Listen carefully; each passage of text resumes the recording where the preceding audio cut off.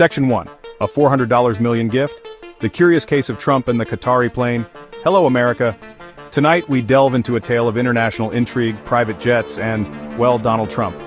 It seems our former president has a knack for finding himself in situations that leave us scratching our heads. This time, it involves a $400 million Boeing 747 SP, a generous offer from Qatar, and two very different versions of the same story. Buckle up, folks, because things are about to get interesting. The story, as it often does with Trump, begins with a boast. He claimed that the small but wealthy nation of Qatar had offered him a brand spanking new, customized Boeing 747 SP. This wasn't just any plane, this was a flying palace worth a cool $400 million. Imagine the gold-plated seatbelts. Now you might be thinking, John, why would Qatar offer Trump such an extravagant gift? And frankly, that's a very good question. But before we get into the why, let's address the did they even, because that's where things get a little murky. Section 2. Shifting Narratives, Trump's Evolving Story. Initially, Trump proudly proclaimed that he had declined the offer. He wanted us all to know that he was too busy being president and making America great again to accept lavish gifts from foreign governments. How noble, how selfless. It almost makes you forget about the whole emoluments clause thing, doesn't it?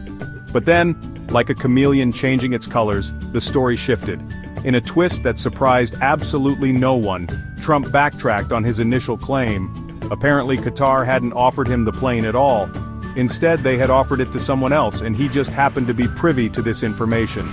So which is it, Donald? Were you offered a $400 million plane or not?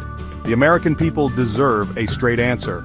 Although, let's be honest, expecting a straight answer from Donald Trump is about as realistic as expecting a cat to enjoy a bath. Section 3. O'Donnell's Verdict. A Lapse in Memory or Truth.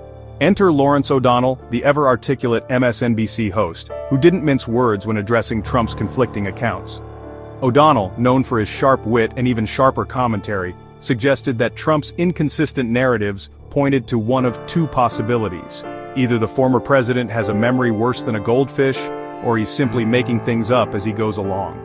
Now, I'm not in the business of making diagnoses, but both options are pretty damning for a man who once held the highest office in the land. Inconsistency erodes trust, and trust is the foundation upon which any credible leader, let alone a president, stands. Trump's tendency to contradict himself isn't new. It's a pattern we've witnessed throughout his time in the public eye. Remember the inauguration crowd size, the phone calls with foreign leaders, the Sharpie-drawn hurricane path? The list goes on, much like this segment because, as I mentioned, we're going for length here. Section 4. The High Cost of Inconsistency, Trust, Politics, and the Court of Public Opinion. In the court of public opinion, credibility is everything. When a politician's words are constantly in flux, it becomes impossible to distinguish fact from fiction, truth from fabrication. This erosion of trust has real consequences not just for the individual in question, but for the very fabric of our democracy. So, what's the takeaway from this tale of a plane, conflicting stories, and a former president's penchant for embellishment? Perhaps it's a reminder that words matter, consistency matters, and integrity matters. Or maybe it's just another day, another Trump story, and another opportunity to marvel at the absurdity of it all. Until next time, America, keep it real, unlike a certain former president.